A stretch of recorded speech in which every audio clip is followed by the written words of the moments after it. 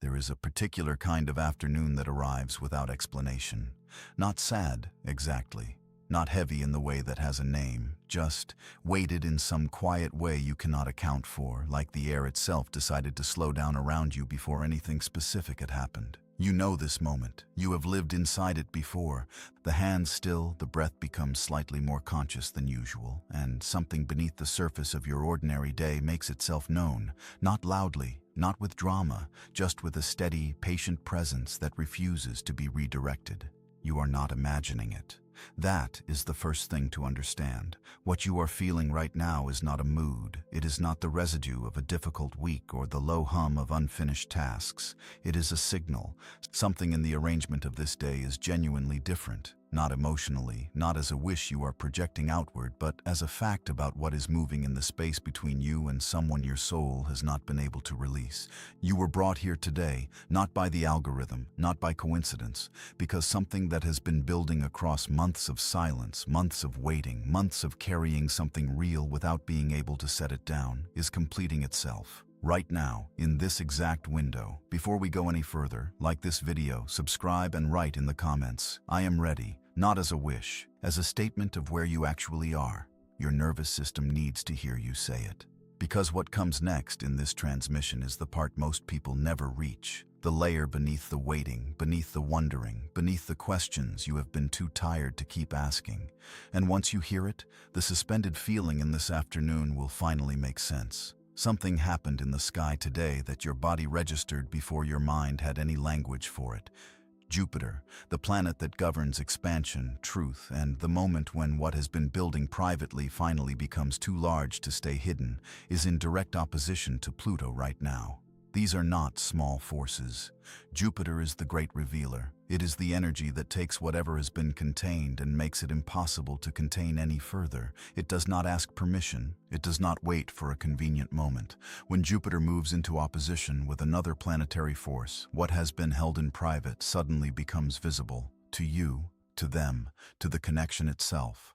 And the force it is opposing today is Pluto. Pluto is not a gentle energy. It governs what lives in the deepest rooms of human experience, the feelings that do not respond to logic, the loves that do not dissolve on command, the truths that survive every attempt to bury them. Pluto rules the underground of the soul. It is the part of you that has always known the real story, even when the surface story was more comfortable to tell. And in Aquarius, the sign of sudden breakthrough, of the thing that could not be said suddenly being spoken, Pluto retrograde is pulling everything that was pushed down back toward the surface with a force that cannot be argued with. This opposition is not a metaphor. It is a collision between the energy of revelation and the energy of depth. Jupiter in Leo, the sign of the heart's full expression of what burns bright enough to be seen, is pressing directly against Pluto's retrograde pull in Aquarius, the sign of the collective truth, the sudden recognition, the thing you can no longer pretend you do not know. What this creates is a moment where what was buried on both sides of this connection becomes structurally impossible to keep buried.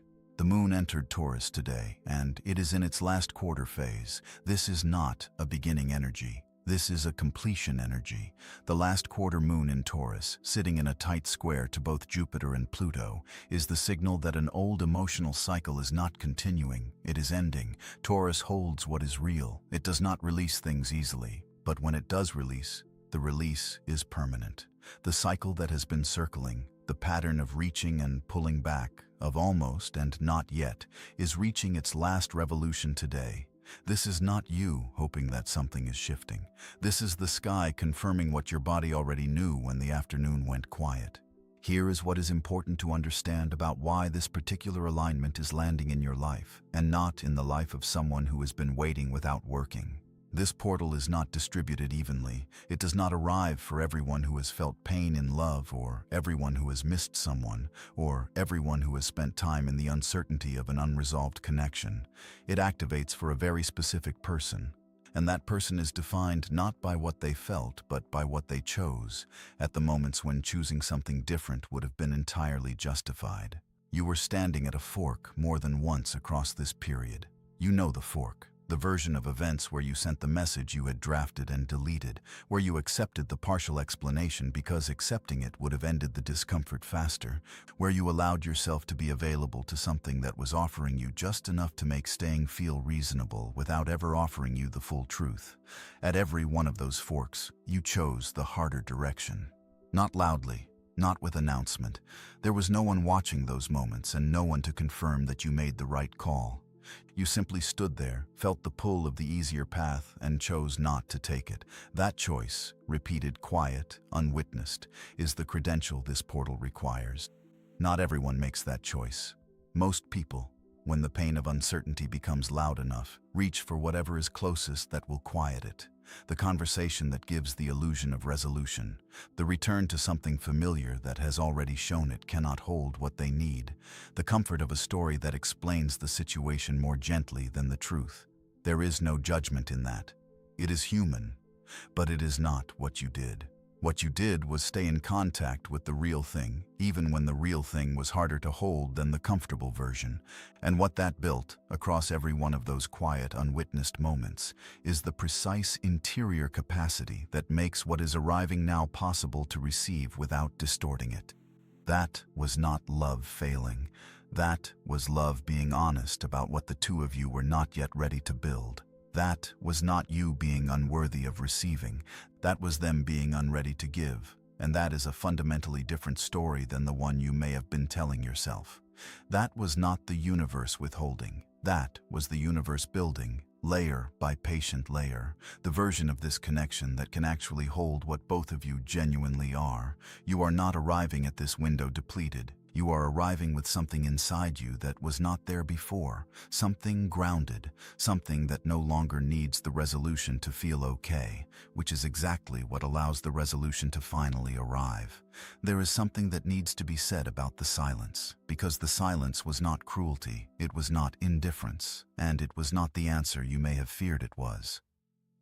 The universe does not delay out of cruelty, it delays out of precision, and precision, when you are inside of it, feels indistinguishable from being forgotten. That is the cost of precision. It does not explain itself in advance. What would have happened if this had arrived 6 months earlier, if the connection had reached the point of resolution at the moment when you most desperately needed it to? The reunion would have felt like resolution. It would have carried the full emotional charge of arrival, of finally, of the story correcting itself. But it would have been the same dynamic in new language, the same pattern dressed in the clothes of a breakthrough. You would have received the return with the same wound still active, the one that had not yet been examined, the one that still needed the other person's presence to feel whole, and you would have called that wound love because it would have been impossible to tell the difference from inside it. The cycle would have continued, the cost would have been paid twice. Saturn governs these delays, not cruelly, precisely. Saturn is the planetary force that does not open the next door until the last one has been genuinely walked through, not performed, not intellectually acknowledged, genuinely integrated in the body, in the nervous system, in the choices made on unremarkable days when no one was watching and the easier option was right there. Saturn does not accept the appearance of readiness. It requires the fact of it.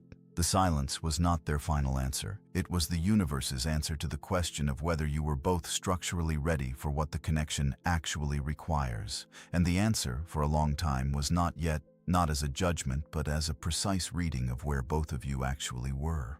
You could have dropped this.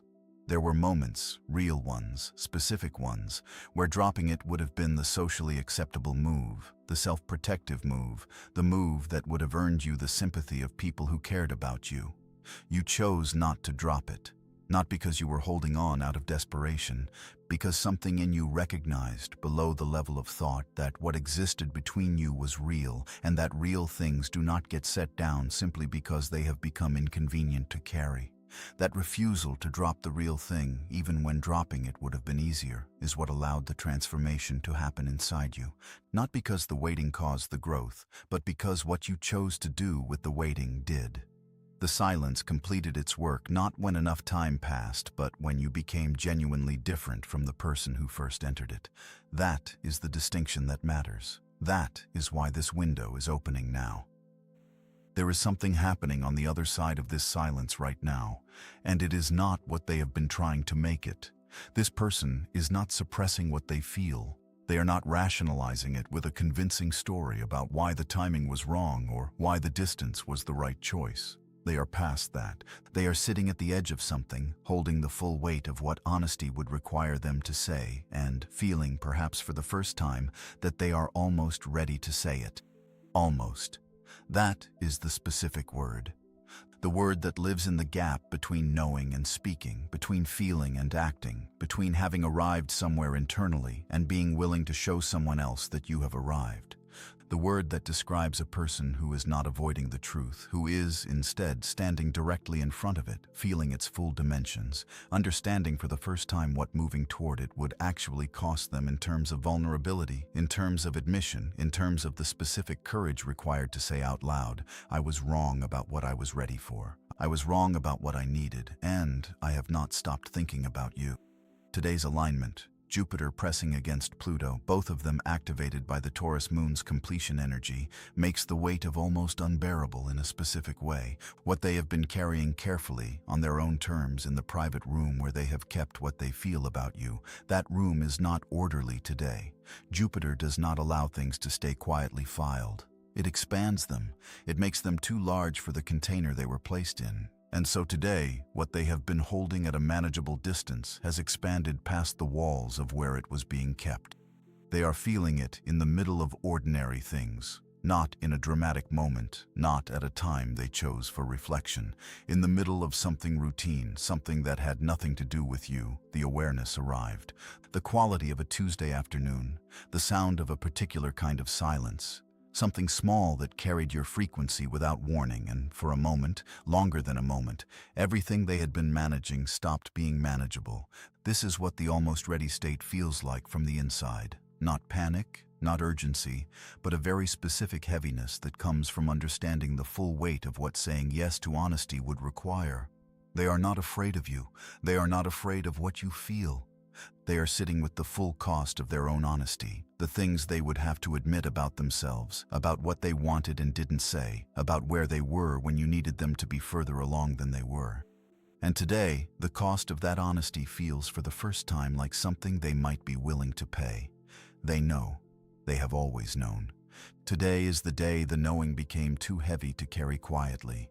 You are standing between two internal states right now, and the distance between them is not dramatic. It does not announce itself. It lives entirely in the quality of a single interior orientation, something only you can feel, and only if you are willing to stay honest about what you actually find there. No one is watching this moment. That is exactly what makes it the most important one. One state is familiar. It is the part of you that has learned to manage this, to hold the uncertainty in a particular way that keeps it from becoming overwhelming. The constant low-level monitoring, the slight forward lean of someone who is always, at some level, waiting for information.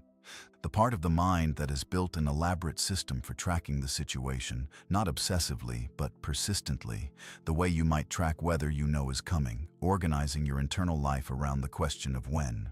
This state is not dramatic. It does not feel like anxiety. It feels like preparation. It feels responsible. But underneath it, if you stay honest, there is a grip. Something is being held tightly enough that releasing it would require a conscious choice. The other state does not look different from the outside. There is no visible change, no announcement, no shift in how you move through a room. The difference is entirely interior. It is the quality of having genuinely set something down, not because you stopped caring, not because you gave up, but because you finally understood that what is real does not require you to hold it together by effort. The grip releases, not with relief exactly, with something quieter than relief. A kind of settling. The shoulders find a position that doesn't require maintenance. The mind, when it encounters the name or the thought, passes through it rather than organizing itself around it. This is not indifference. It is not shutdown. It is what trust actually feels like from the inside, and most people have never felt it because they confuse it with not caring. The question that separates these two states is not intellectual. It does not live in the thinking mind. It lives somewhere lower, somewhere the body registers before the words form. And the question is this: are you still holding this together, or have you finally let it be what it is? Feel that. not as a concept, as a physical fact. Where in you is there still a grip? Where in you has something finally settled? The answer to that question is already in the body. It arrived before the mind formed the words. Trust what was there first. This connection was never just about the two of you finding your way back to each other. That was the surface story, the one that made sense to the part of you that needed a narrative to hold. But beneath the surface, this connection was always a precise agreement about something you needed to learn. Not about them, but about yourself, about what you are willing to wait for, about what love and readiness must look like when they arrive together versus what it costs when they arrive separately. Soul contracts are not romantic arrangements. They are not promises that someone will stay or choose you or arrive at the exact moment you need them. They are agreements, made at a level below memory, about what must be activated, confronted, and genuinely integrated in order for you to become who you are meant to be. This specific contract came to teach you something about timing, not patience. Timing. These are different things. Patience is the willingness to wait. Timing is the understanding that love and readiness must arrive simultaneously to be real, that the right person at the wrong internal moment is still the wrong moment, that arriving at a connection before you are genuinely whole enough to be in it without disappearing into it produces not the love you wanted, but the wound you needed to face. This contract was asking you to learn the difference. You have been learning it. Across every moment of the silence that followed, across every choice at every fork, across every time you felt the pull of urgency and chose trust instead, you have been learning what it means to hold love without collapsing the space it needs to form correctly. There is grief in recognizing this. Give it the full paragraph it deserves. The grief is not small. It is the grief of understanding that what you wanted, and when you wanted it, could not have been the thing you needed. That the version of this story that arrived at the moment you most longed for it would have been real in feeling and incomplete in form. That you spent real time, real emotional energy, real interior resources on a dynamic that was not yet ready to hold you. That is a loss. It deserves to be named as one. The fact that it was also necessary does not make it not a loss.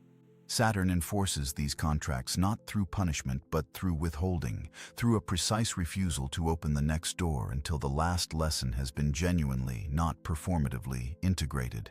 You cannot fool Saturn with the performance of readiness. It reads the actual internal state, not the presented one. The contract was specific, not forever, not even reunion, but the permanent, irreversible shift in how you understand what love requires of you. And that shift, that precise, irreversible change in what you know about yourself and what you are willing to carry into a connection, has already happened. It happened in private. It happened without witnesses. But it happened. What ends here is not the love. What ends is the version of the connection that could only exist while the lesson was still unfinished. The love, if it was real, does not require the dynamic to survive. Your body knew before your mind caught up. It has been knowing for longer than you have been willing to acknowledge. There is a quiet in your chest that has no urgency behind it, and that is new. Not absence, not the particular flatness of having given up on something. This is a different quality entirely.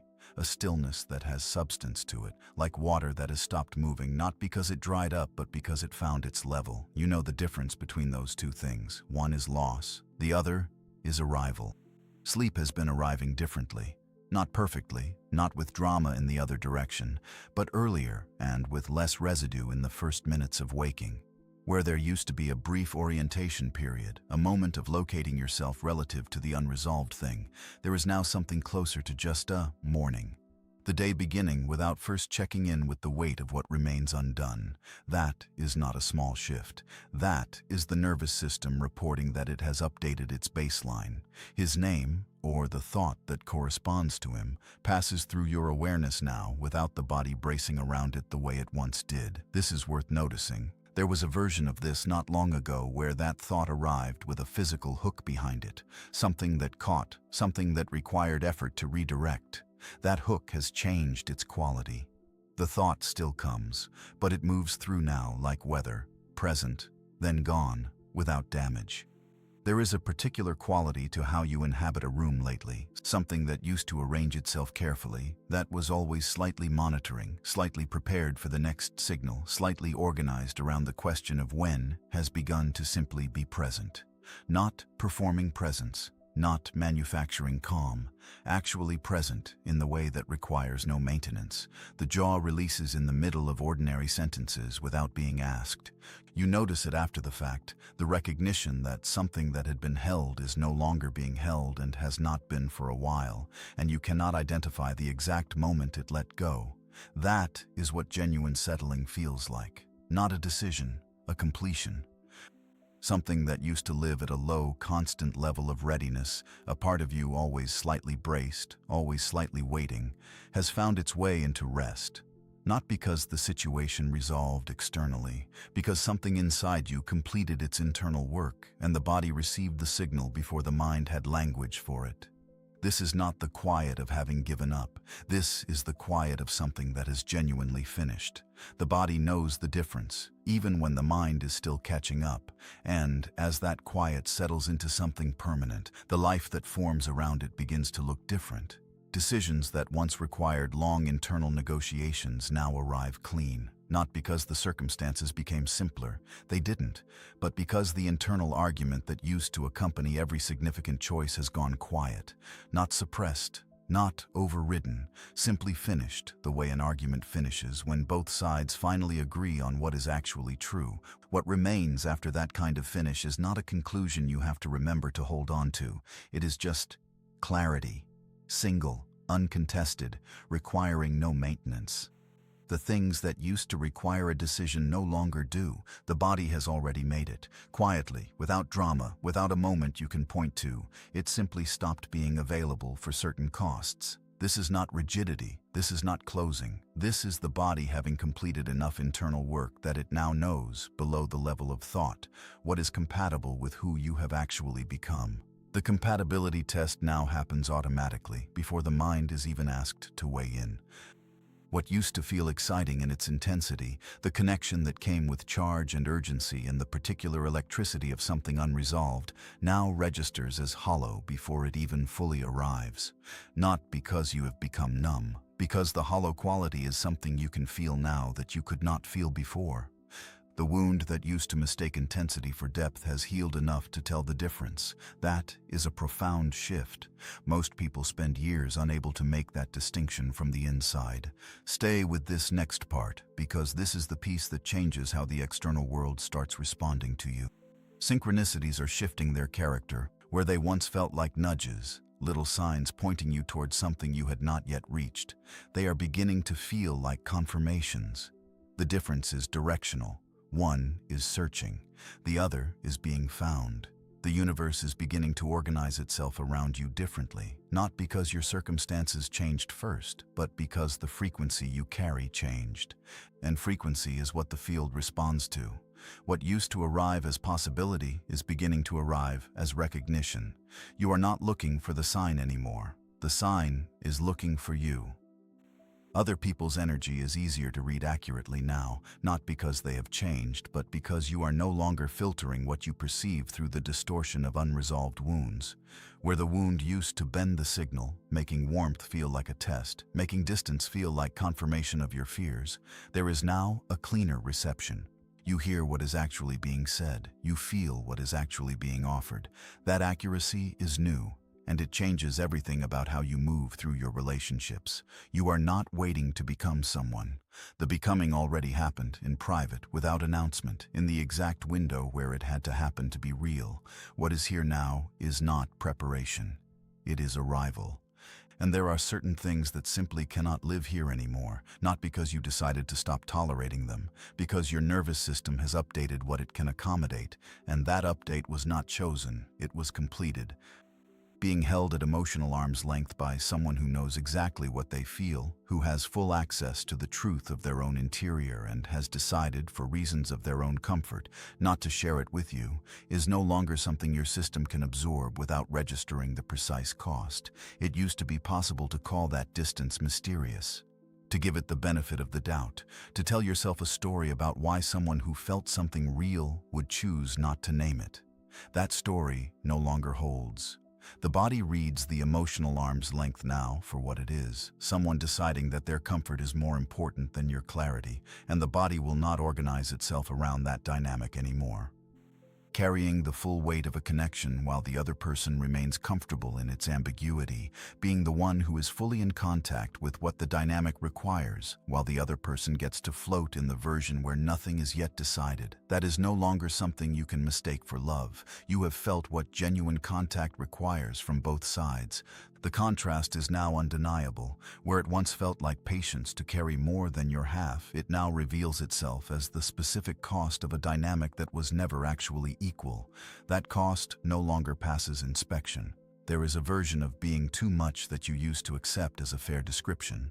The depth you carry, the specificity of what you feel, the precision with which you communicate it, got used against you, held up as evidence that you were overwhelming rather than simply honest. That will not pass through you anymore. The same key does not fit a lock it has been changed from.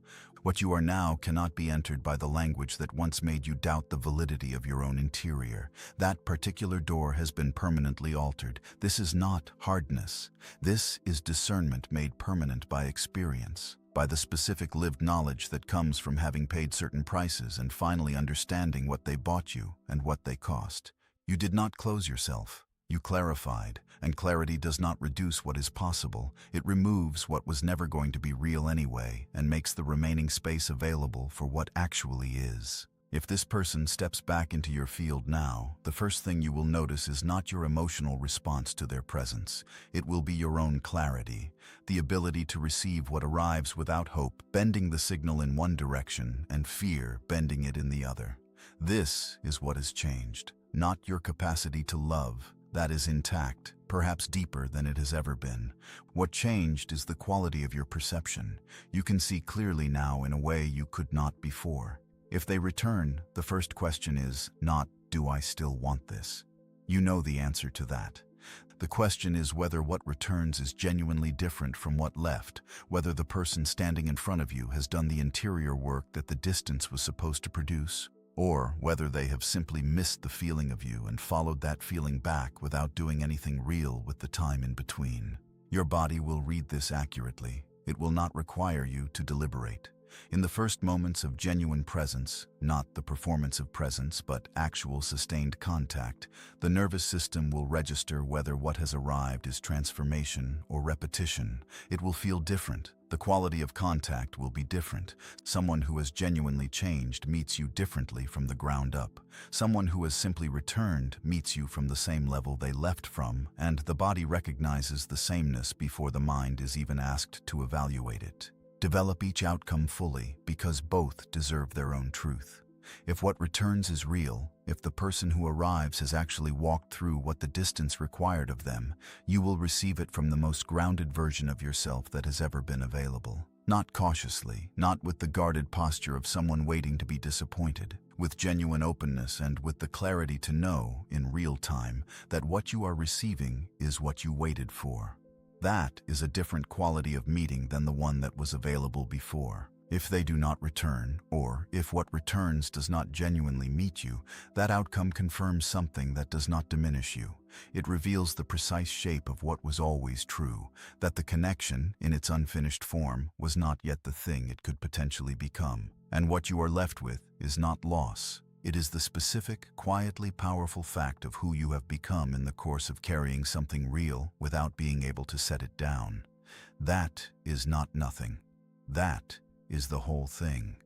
Both doors open onto something real now. Not because the outcomes are equal, because you are no longer different people depending on which one walks through.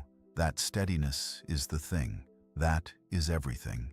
If something in this transmission landed somewhere specific, not just in the thinking mind, but somewhere below it, somewhere the body received before the words were fully processed, do one thing right now. Like this video.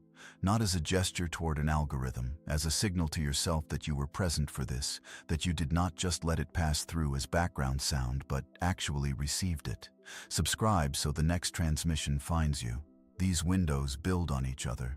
What opens in this alignment connects directly to what arrives in the next one. Missing the sequence means missing the thread, and in the comments write, I arrived. Say it out loud as you type it. Not for anyone reading, for your own nervous system. Words spoken with genuine meaning complete something that silent reading leaves unfinished. Your body hears the declaration differently than your eyes do. And if someone in your life is standing at a threshold they cannot quite name, if someone you know has been carrying something real across a long silence and does not yet have language for why this particular moment feels different, share this with them. You do not need to explain why. Your soul already knows who. Something has been moving toward you across a long arc of time, not in spite of the silence, but because of what the silence asked you to build. It built you into someone who can receive what arrives without flinching, without distorting it through need, without the old wound reshaping the signal before it can land cleanly. That is not a small preparation. That is the whole preparation. The door that has been sealed across all those quiet months is not sealed anymore. What moves through it now does not announce itself with ceremony. It arrives the way real things arrive, quietly, undeniably, already here before you fully registered it was coming. What was always meant to reach you has run out of distance to cross. And the quality of its arrival will be unmistakable, not because it comes with the charge of urgency or the electricity of almost, but because it comes with the particular stillness of something that has finally found its correct address. You have felt urgency before. You know what it does to the body, the acceleration, the way thought moves faster than breath, the way the whole system leans forward into what might be coming. This is not that. What arrives in alignment does not make you lean, it makes you land.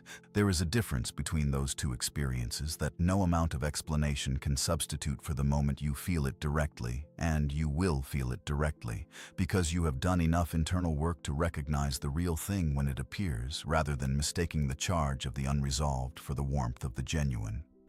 This is not a moment you have to manufacture. This is not a frequency you have to perform your way into. The work that was required of you across this long, quiet, unwitnessed stretch of time, the choosing at forks, the carrying without dropping, the refusing to accept the comfortable story when the real one was harder and truer, that work was not preparation for some future version of you who will eventually deserve this. That work is what you already are, right now. In this body, on this afternoon, inside this specific moment that arrived with more weight than its surface could account for. What is here now does not require you to become anything further. It requires only that you remain exactly as grounded as the silence made you, and receive what was always, from the very beginning of this arc, already on its way.